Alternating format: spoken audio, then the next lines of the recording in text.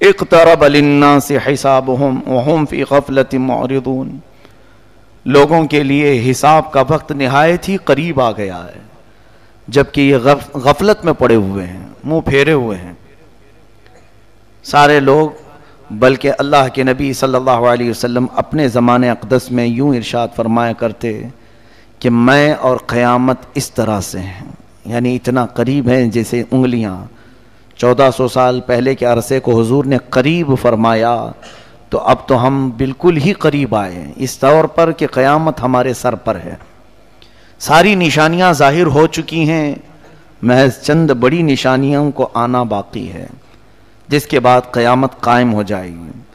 ہمارے بزرگوں نے آج جو موجود ہیں انہوں نے بھی جو پیشین گوئیاں کی، اے لوگو تم بہت زیادہ پھیلنے کی کوشش نہ کرو، اس لیے کہ سب سے بڑے فتنے، سب سے بڑی علامات قیامت کی جو آنی ہیں وہ بالکل قریب ہیں تمہاری زندگیوں سے۔ دجال کا ظہور، یاجوج ماجوج کا نکلنا بہت ہی قریب ہے۔ اللہ تعالیٰ قرآن میں آج کی اس پارے میں ہم نے یہ بھی پڑھا، حتیٰ اذا فتحت یاجوج و ماجوج، یاجوج ماجوج کو کھول دیا جائے گا۔ یہ کوئی دو آدمی نہیں ہے، ایک بہت بڑی فوج ہے، بہت بڑی فوج، اتنی کہ انسانوں سے بھی زیادہ ہیں۔ اور یہ جب دنیا میں داخل ہو جائیں گے، ان کو اللہ تعالیٰ نے جزیروں پر قید کیا ہے۔ سد سکندری قرآن پاک میں اس کا بھی ذکر آیا ہے، کل 16ویں پارے میں ہم نے پڑھا تھا۔ حضرت ذوالقرنین ایک بزرگ ہیں جن کا تذکرہ آیا ہے، سکندر ذوالقرنین، اللہ نے ان کو پوری دنیا کی بادشاہت عطا فرمائی تھی، تو ان کو اللہ تعالیٰ نے حکم دیا تھا کہ یہ یاجوج ماجوج اس زمانے میں بہت فساد مچاتے تھے کہ ان کو قید کر دو کہیں پر۔ تو لوگوں نے آپ سے کہا، قالوا یا ذا القرنین ان یاجوج و ماجوج مفسدون فی الارض فہل نجعل لک خرجا، یہ زمین میں اتنا فساد مچاتے ہیں تو آپ ہمارے لیے کوئی ان سے نکلنے کا راستہ بنا دیجئے۔ تو انہوں نے ایک دیوار بنائی تھی جس کا ذکر قرآن پاک میں ہے۔ حضرت ذوالقرنین نے سیسا پگھلا کر کے ایک بہت ہی مضبوط دیوار کھینچی۔ وہ دیوار کہاں ہے اللہ بہتر جانے، ہمیں قرآن نے اتنا کہا ہے کہ انہوں نے دیوار میں انہیں قید کیا۔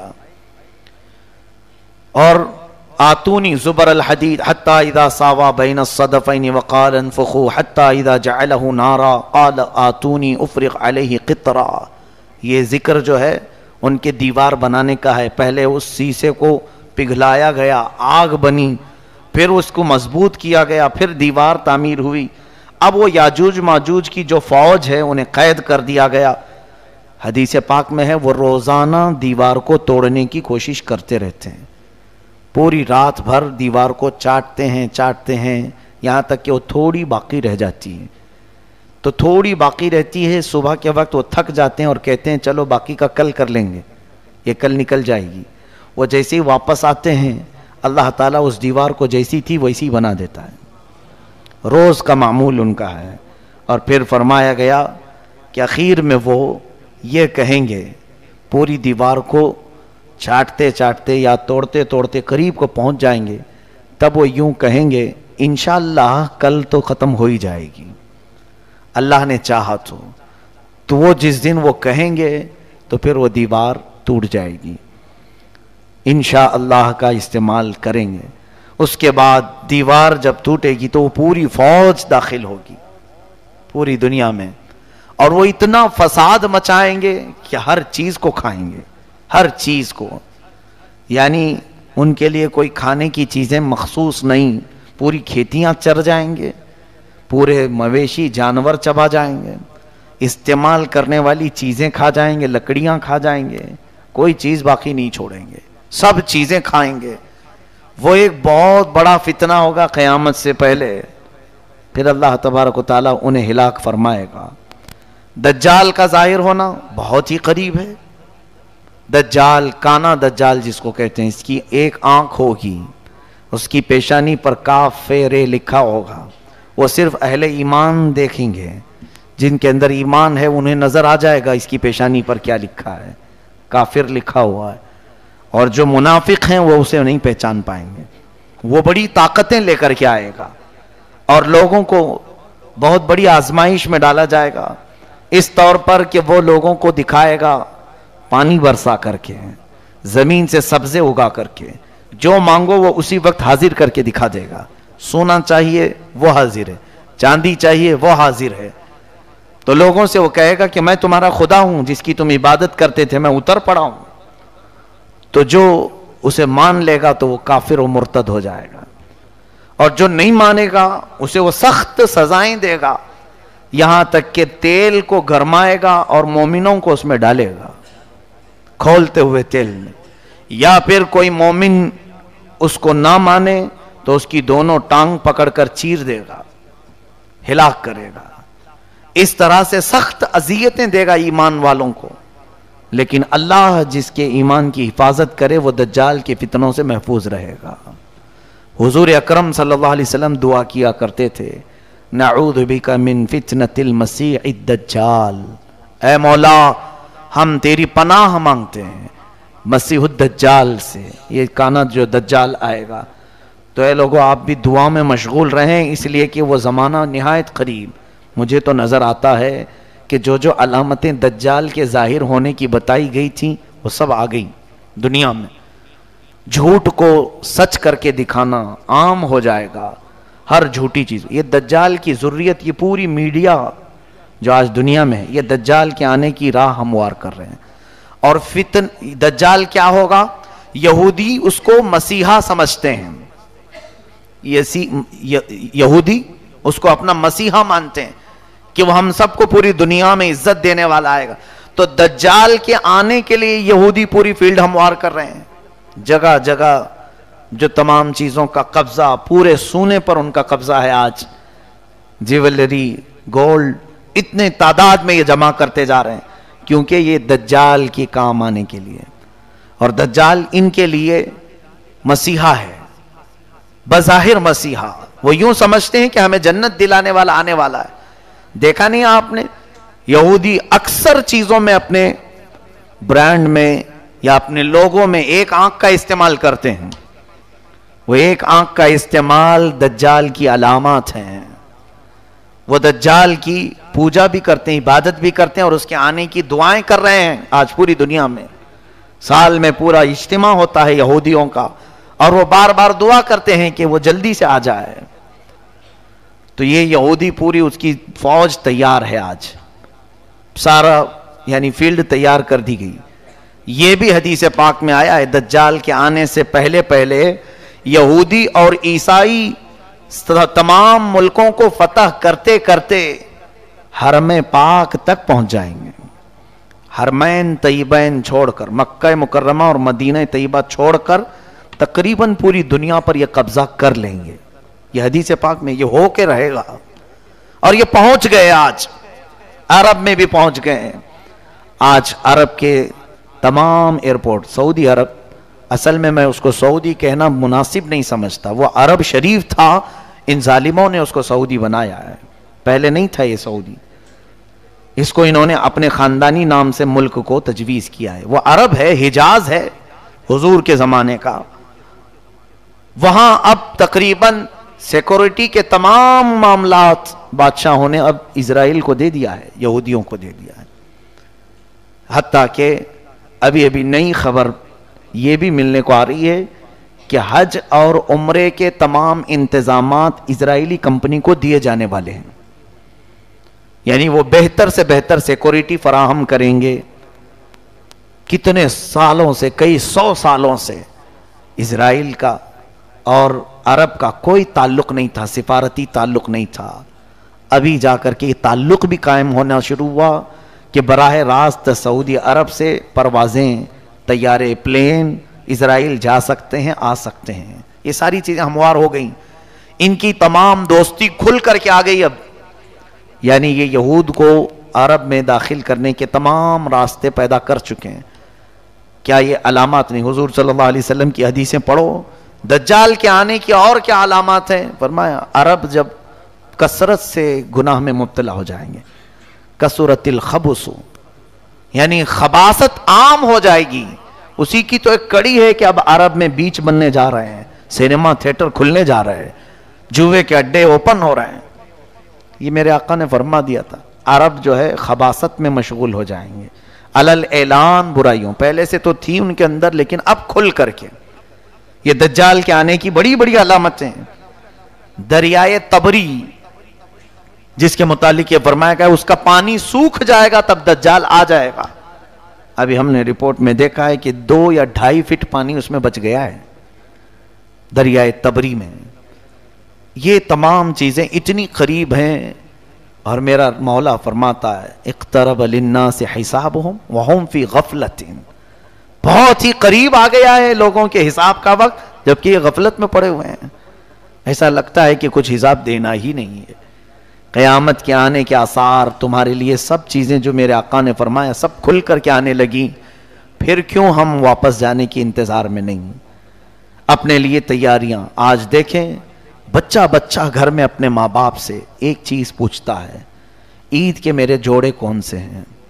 ماں باپ یا پھر تقریباً آج اکثر لوگوں کو آپ کسی مارکیٹ میں ہی دیکھیں گے سارے بازار بھرے ہوئے ہیں آج. کیوں؟ عید کی خریداری ہے. عید میں پہننا تو ہے میاں، ابھی عید تو 15-20 دن باقی ہے لیکن تیاری اب سے شروع ہے. ٹیلروں کے پاس جانا اور پھر اپنے سجنے سنورنے کے سامان لینا، یہ سب چیزیں ہو چکی. تقریباً عید آنے سے پہلے پہلے سب کے کپڑے تیار ہیں. گھر میں کیا بننا ہے یہ بھی تیار ہے، گھر میں کیسے سجاوٹ ہوگی یہ بھی تیار ہے، سب تیار ہے. ایک دن کی عید کے لیے ہم مہینہ بھر سے تیاریاں کر رہے ہیں. میرے عزیزو قیامت میں مولا کے حضور کھڑے ہونے کی کیا تیاری کی؟ کون کون سی تیاریاں ہمارے پاس؟ کبھی اپنے بچوں کو سکھایا کہ بیٹا وہاں رب تعالیٰ تو تجھے ننگا کر دے گا، تو کیا پہنے گا؟ قرآن پڑھا، اپنے لیے کچھ رکھا؟ کہیں تمہاری کوئی چوپڑی میں چھوٹی سی نوٹ بک میں لکھا ہوا ہے کہ میں نے اپنی زندگی میں اتنے ختم قرآن کیے ہیں، اتنی تسبیحات پڑھے ہیں، اتنے ذکر کیے ہیں؟ یا پھر کوئی تو چیزیں ایسی لکھ کر کے رکھو کہ رب تبارک و تعالیٰ کے حضور اگر پوچھا جائے تو یہ پیش کر دوں گا. ہم تو اندھا دھند جی رہے ہیں، ہم کو تو کوئی خبر ہی نہیں. باقی سب ہم جوڑے گنتے ہیں، ہر چیز کی تمام ہم کو حساب کتاب سب معلوم ہے. کس دن کیا بنے گا، کس دن کیا سجایا جائے گا، کس دن کیا پہنا جائے گا. میرے عزیزو یہ غفلت کی زندگی ہمارے لیے بہت ہی خطرناک ہے. مسلمان کی زندگی ایسی نہیں ہونی چاہیے. کفار و مشرکین اگر ایسے جیتے ہیں تو ان کے لیے تو اللہ نے جہنم تیار کیا ہے. اللہ فرماتا اعدت للکافرین، میں نے جہنم کو کافروں کے لیے تیار کیا ہے. تم کیوں اس کی تیاری کر رہے ہو؟ فاتقوا النار التي وقودها الناس والحجارة اعدت للکافرین، اس جہنم کی آگ سے ڈرو جس کا ایندھن میں نے انسانوں کو اور پتھروں کو بنایا. لیکن وہ جہنم کس کے لیے ہے؟ اے لوگو، کافروں کے لیے. تم خوش نصیب ہو، اللہ نے تمہارے لیے کہیں پر بھی قرآن میں ایک جگہ بھی نہیں فرمایا کہ جہنم ہے، بلکہ سب جگہ تمہارے لیے فرمایا ان الذین آمنوا وعملوا الصالحات کانت لہم جنات الفردوس نزلا.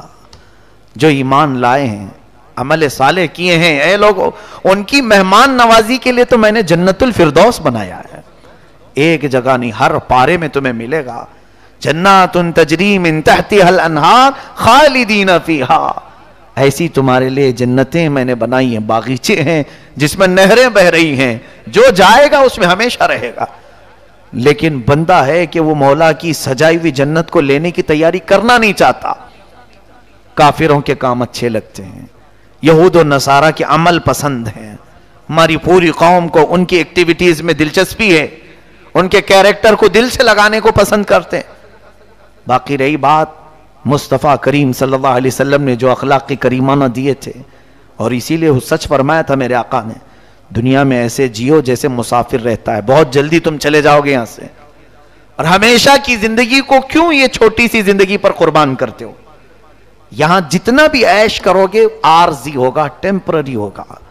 ارے دیکھتے نہیں یہاں کپڑے بھی پرانے ہوتے ہیں، دیکھتے نہیں یہاں پر چیزیں بھی پرانی ہو جاتی ہیں، بہت جلدی پرانی ہوتی ہیں. اور تم دیکھتے دیکھتے ابھی تمہاری جو جوانی ہے وہ جھریوں میں بدل جائے گی. ابھی چہرے پر رنکلز آنے شروع ہو جائیں گے، دانت جھڑنے شروع ہوں گے، بال سفید ہونے لگیں، کمر جھکنے لگے گی. دنیا کا تو قرار ہے ہی نہیں کسی چیز پر. بہت تیزی سے تمہارے اندر تبدیلی لا رہی ہے. کیا اپنے پچھلے حالات دیکھتے نہیں؟ ذرا شیشے میں جا کر دیکھ لینا، چند دن پہلے یا چند سال پہلے تمہارا چہرہ کیسا تھا، آج کیسا ہے؟ بدل رہا ہے کہ نہیں بدل رہا؟ بوڑھے لوگ اپنے چہرے دیکھیں، کیا ان کے بال کبھی کالے نہیں تھے؟ کیا ان کے چہرے جگمگاتے نہیں تھے حسن سے؟ بہت جلدی تمہارے چہروں پر بھی جھریاں آ گئیں، بدل گئے. تو کیوں یہ نہیں سمجھتے کہ یہاں کی کوئی چیز میں قرار ہے ہی نہیں، پائیداری ہے ہی نہیں. بہت تیزی سے دنیا ہماری ساری چیزیں بدل دیتی. لیکن مولا فرماتا ہے جس کو میں نے جنتی لباس پہنایا وہ کبھی پرانا نہیں ہوگا. جنتی جو بھی اندر جائے گا وہ کبھی بوڑھا نہیں ہوگا.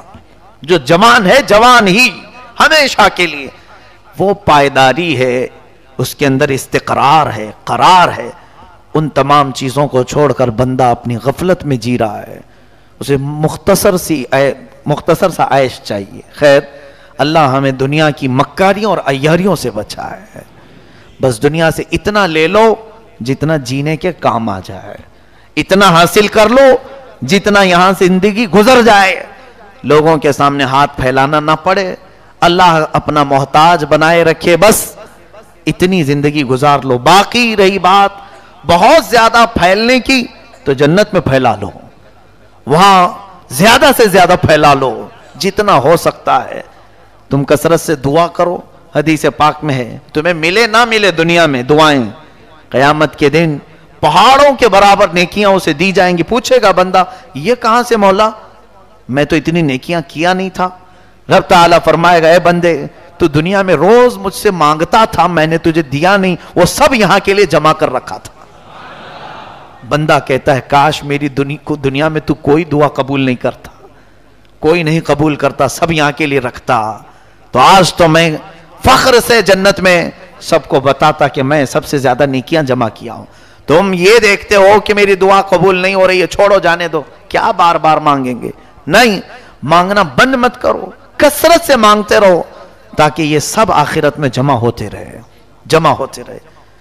اللہ تعالی حضور صلی اللہ علیہ وسلم سے ارشاد فرماتا ہے جب بنی آدم یعنی آدم کا بیٹا کوئی بھی صدقہ دیتا ہے تو ہاتھ اس کا ہوتا ہے، لیکن جس کو دیتا ہے وہ فقیر دکھتا ہے. مولا فرماتا میں لے لیتا ہوں، اس کے ہاتھ سے میں لے لیتا ہوں.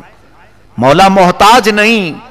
اور پھر فرماتا ہے جیسے دنیا میں بچڑے کی پرورش ہوتی ہے، چھوٹے سے گائے کے بچے کی کیسے اسے پالا جاتا ہے، حدیث پاک میں یہ الفاظ آئے. مولا فرماتا ہے حبیب تمہارے امت کے دیے ہوئے صدقے کو میں ایسے پالتا ہوں تاکہ وہ بڑا ہو جائے، اور قیامت کے دن جب یہ آتا ہے تو بہت بڑا ہو چکا ہوتا ہے، وہ نیکی بہت بڑی ہوتی.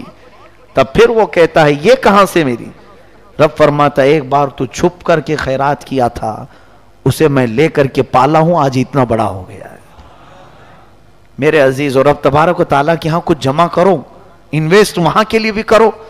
ہر جگہ دنیا میں یہ کیوں ہم تلاش رہے کہ ہے کوئی 100 کا 200 کرنے والا، 1000 کا 2000 کرنے والا، سب کی تلاش جستجو اسی میں لگی. اور دیکھتے ہیں کہ ہر جگہ فراڈ کمپنیاں پھر بھی جا کر لگانا چاہتے ہیں. کوئی تو ہے ڈبل کر کے دے دے، کوئی تو ہے ڈبل کر کے دے دے. میرا مولا فرما رہا ہے تم 1 2 ڈبل نہیں 70 گنا زیادہ دوں گا. کون دینے والا ہے دنیا میں؟ بلکہ تیسرے پارے میں تو اللہ فرماتا ہے مثل الذین ينفقون اموالهم فی سبیل اللہ کمثل حبۃ انبتت 7 سنابل فی کل سنبلۃ 100 حبہ. جس نے ایک بیج بھی دیا نا اللہ کی بارگاہ میں، اللہ فرماتا ہے وہ ایسی ہے جیسے ایک پودا بویا، ایک پودا زمین پر بویا، اس میں سے پھلیاں نکلی اور ہر 7 شاخیں نکلی، ہر شاخ میں 100 دانے. اس طرح سمجھو کہ تمہاری ایک خیرات کو اللہ 10 گنا 70 گنا نہیں 700 گنا بڑھا کر کے دے گا. لیکن کہاں ہے ہمارا یقین؟ ہمیں یقین ان دنیاوی چیٹروں پر ہوتا ہے، دھوکے بازوں پر ہوتا ہے، جو ہمیں پرسنٹیج دینے کو تیار ہے، وہ بھی سود پر، حرام چیزوں پر. دنیا میں ہم مسلمان بن کر جئیں تو میرے آقا صلی اللہ علیہ وسلم کے بتائے ہوئے طریقے پر جی.